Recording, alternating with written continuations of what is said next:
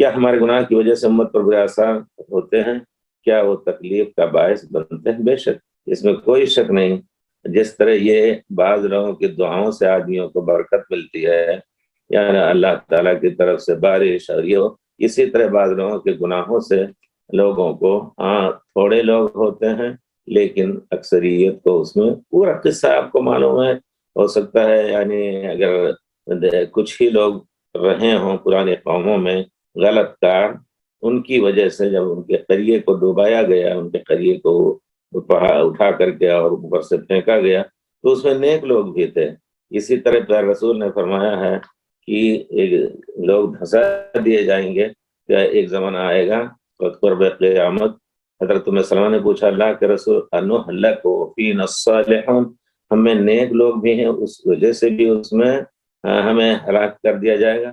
کہا اذا کثر الخبث، اگر برائیاں بڑھ جائیں تو اس کی وجہ سے سب دھنسا دیے جائیں گے، زیادہ لوگ ہوں گے، اور جو صالح ہیں وہ بھی اسی میں دھنسا دیے جائیں گے۔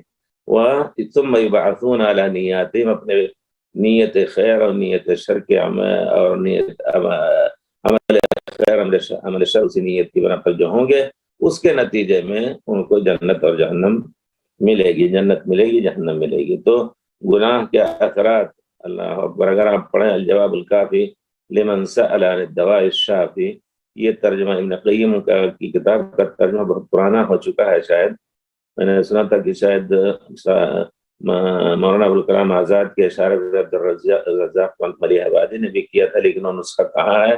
بہرحال اس کو پڑھیں، اب اردو کا ترجمہ بہت ہو چکا ہے اس کا، ہمارے خیال پاکستان میں بھی، ہندوستان میں بھی۔